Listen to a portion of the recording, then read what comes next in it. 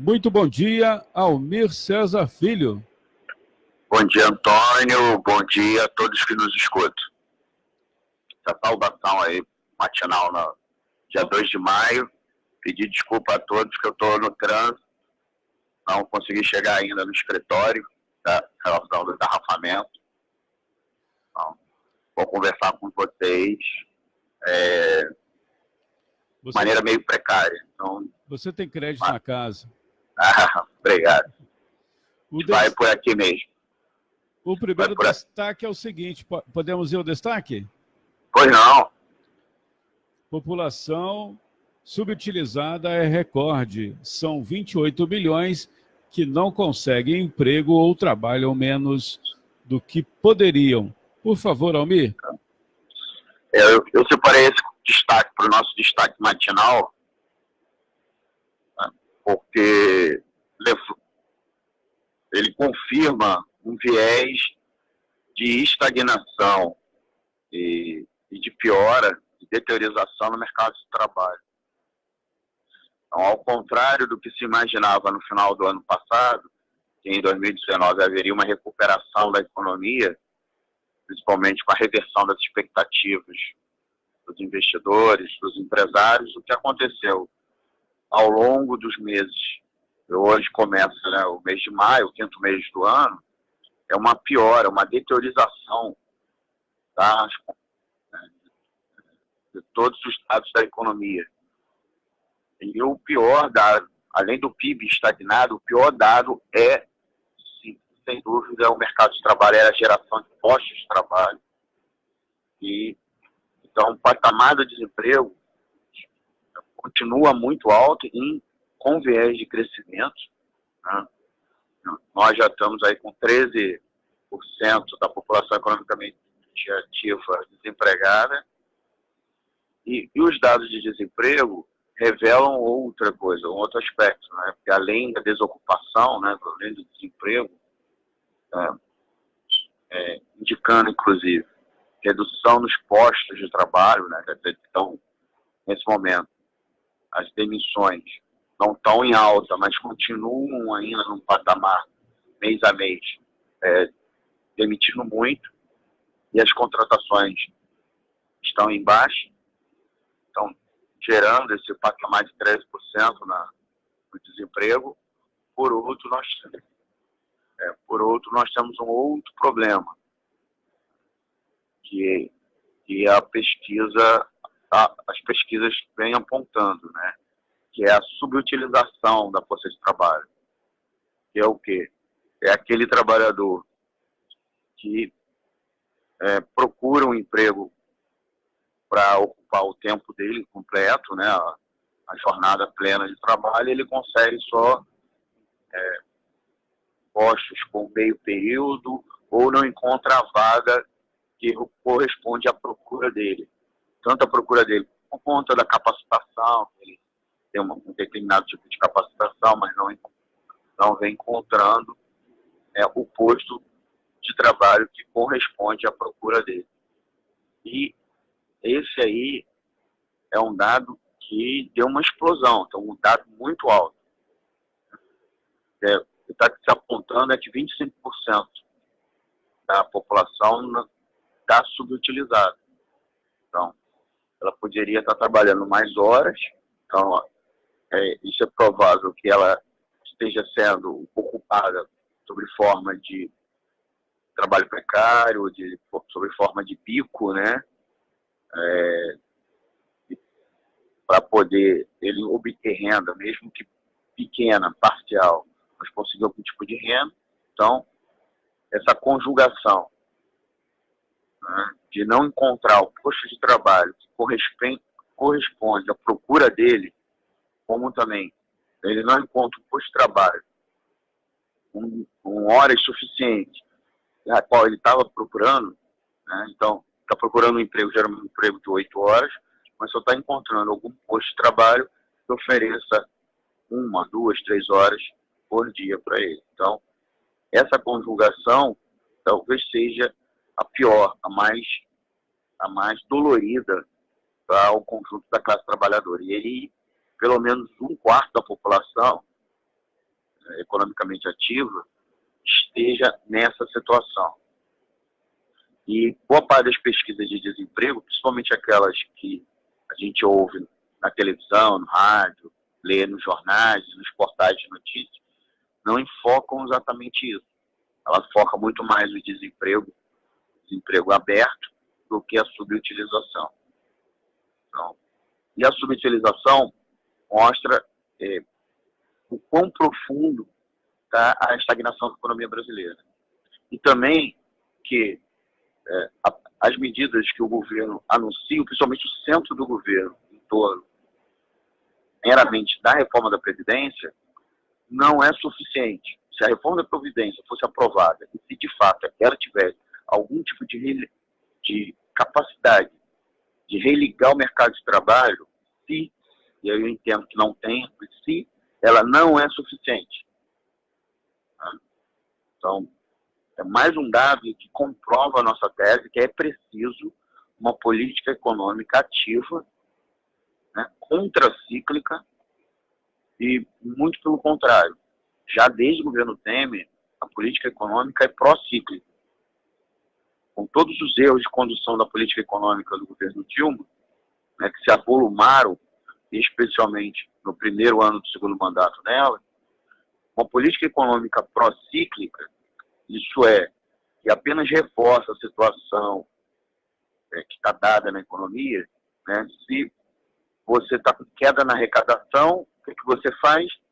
Diminui o gasto público. Ora, se você diminui o gasto público, você diminui a atividade econômica. O gasto público é um tipo de gasto, então, que gera compras pelas empresas, que gera faturamento, e faturamento gera novas contratações e pagamento de impostos. Então, se você adota uma abordagem, uma estratégia pró-cíclica e não contra-cíclica, a economia vai seguindo uma espiral descendente, e é o que a gente está vendo. Então, sucessivas quedas na expectativa, na estimativa de crescimento para 2019, e agora a ampliação do próprio desemprego. Então, o desemprego segue em alta, né? E mais alta ainda está a subutilização da força de trabalho no Brasil. Bom, Antônio, vamos ao segundo destaque?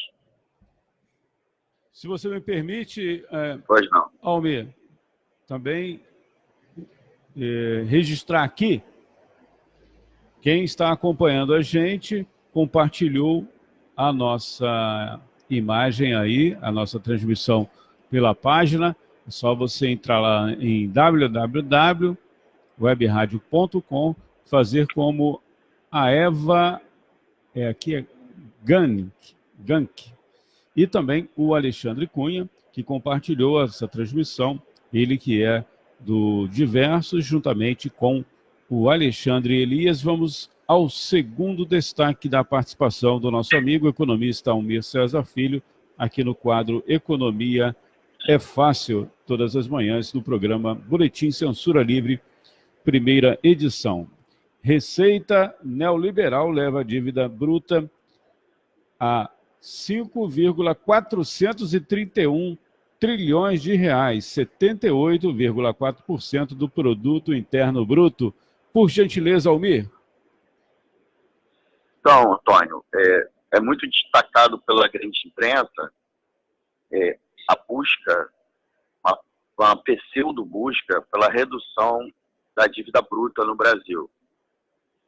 E nos últimos anos, a relação entre dívida e PIB piorou, evidente, porque houve uma queda do PIB. Nós chegamos até, em 2016, 2017, recessão, e em 2015 também houve uma desaceleração grave do produto interno bruto, né, que é o conjunto, é a soma das riquezas produzidas pelo país em determinado ano. Em 2018 tivemos um crescimento medíocre, e tudo aponta que também em 2019 teremos um crescimento econômico muito pequeno. as revisões aí das estimativas, é que a gente, no final, vai acabar chegando ao mesmo valor, mesmo patamar de 2018, que cresceu apenas 1,1%. Então, nós tivemos uma recessão em 2015, 2016, nós tivemos um crescimento medíocre em 2017, outro crescimento medíocre em 2018, e tudo indica, como eu disse novamente, em 2019. Então, a relação dívida-PIB piora. E por que piora? Porque há uma queda no PIB, mesmo que a dívida não tenha sumido, a dívida bruta não tenha subido. Né? Por que é importante a relação dívida-PIB? Porque mostraria, entre aspas, a capacidade de solvência, a capacidade de pagamento do país perante os investidores internacionais, principalmente quando a gente fala de investidores, são aqueles que fazem aplicações, fazem inversões financeiras. Não é um investidor que vai construir uma rodovia, que vai abrir uma fábrica. Não. Nesse caso, são aqueles que fazem inversões financeiras, aqueles que emprestam dinheiro ou para agentes privados ou, principalmente, operações com títulos da dívida pública. Só que, além da piora da relação dívida-PIB, nós tivemos um outro fator. Quer dizer, o PIB está diminuindo também, mas a dívida bruta está aumentando enormemente no país. Nós atingimos o pior patamar desde 2001. Desde 2001. Lembrando que 2001 foi o ano que nós tivemos uma profunda estagnação da economia brasileira, porque estávamos com aquela crise do apagão, né? Com a crise gerada pelo problema hídrico, e tivemos aí que o governo, na época do FHC, teve que adotar várias medidas econômicas bruscas, duras, para tentar o país não passar por uma forte crise de abastecimento no fornecimento de energia. Então, naquele momento, a economia deu uma brecada. E houve problemas na dívida, né, em relação ao gasto público. Então, de lá até cá, o país tinha passado, especialmente durante o governo Lula, o mandato do governo Lula, uma redução da dívida bruta. Só que, agora, nos últimos 2, 3 anos, a dívida bruta aumentou enormemente. E ao contrário da abordagem que vinha sendo feita já no segundo mandato da presidente Dilma, e ao longo de Temer, e agora também, Jair Bolsonaro como ministro Paulo Guedes da Economia, de corte no gasto público para tentar controlar o crescimento da dívida pública, o que nós estamos vendo é o contrário, é um crescimento, uma elevação da dívida pública, uma disparada. Por que isso? Porque está caindo a arrecadação. Se você cai a arrecadação, você cai a capacidade de pagamento da dívida. Né? Você é obrigado a fazer rolagens nos títulos. Né? E também, nosso juro real, né, principalmente a taxa Selic, a taxa básica, em termos reais, está muito alta, mesmo que em termos nominais. O que é termos nominais? Está 6,5% ao ano. Mas se você desconta a inflação, nós temos hoje uma taxa de juros básica, a mais alta do mundo. Tá? Isso sobrecarrega a dívida brasileira.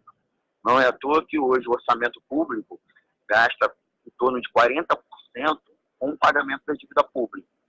Isso consome.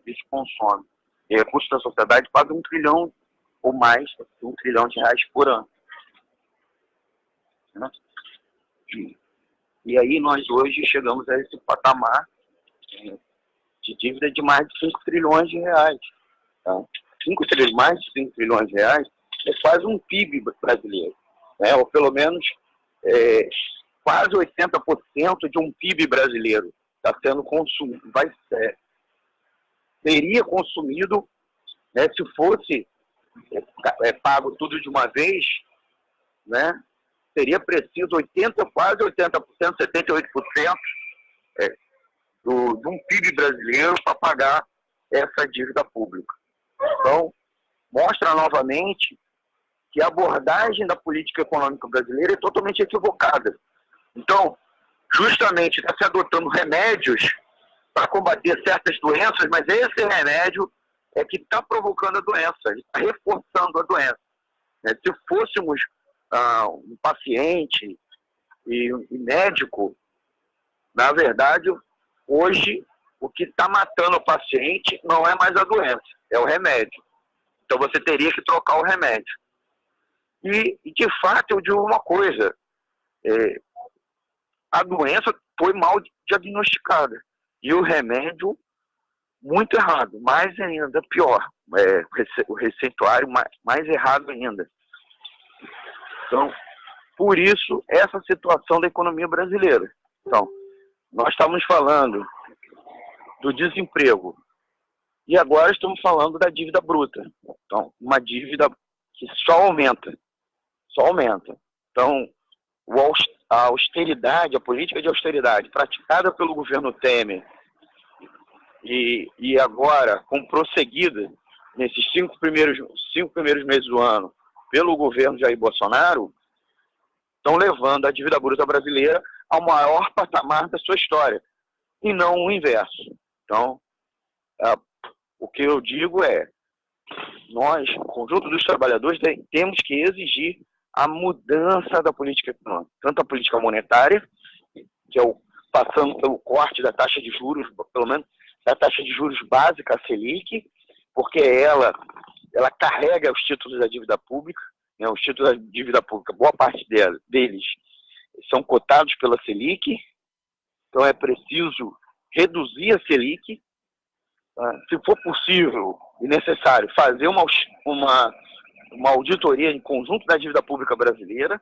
porque há mecanismos que várias instituições, vários pesquisadores já apontaram mecanismos que retroalimentam a dívida de maneira ilegal, de maneira irregular, tá? E, é claro, também mudar a política fiscal, que é o gasto e as receitas do governo. Essa política de corte de gasto público, ao invés de estar melhorando a relação dívida-PIB, na verdade está piorando, porque está levando o país para um processo de recessão e logo queda da arrecadação. Então, o governo é obrigado a ter que se financiar com sucessivo busca com formação de novos títulos da dívida, com a emissão de títulos da dívida. Então, eu queria encerrar isso mostrando como as duas matérias, os dois destaques, ilustram o equívoco que a política econômica do governo Jair Bolsonaro e o quanto nós temos que nos posicionar como trabalhador e trabalhadora contra esse tipo de uma política encabeçada aí pelo Paulo Guedes, ministro da Economia, que vale lembrar, ele tem muito interesse com esse tipo de política, porque ele é banqueiro e ele opera, inclusive, não com o comércio, com empréstimos ao comércio, empréstimo à indústria. Ele opera com títulos da dívida, tá? Então, fica aí a nossa cobrança, né, como trabalhador e trabalhadora, para reverter, para mudar a política econômica praticada atualmente. Antônio, é com você. Almir, muito obrigado. Lembrando que logo mais tem Economia é Fácil, versão estendida, a partir das 8 da noite, na apresentação brilhante do Almir Cesar Filho, aqui na Rádio Web Censura Livre.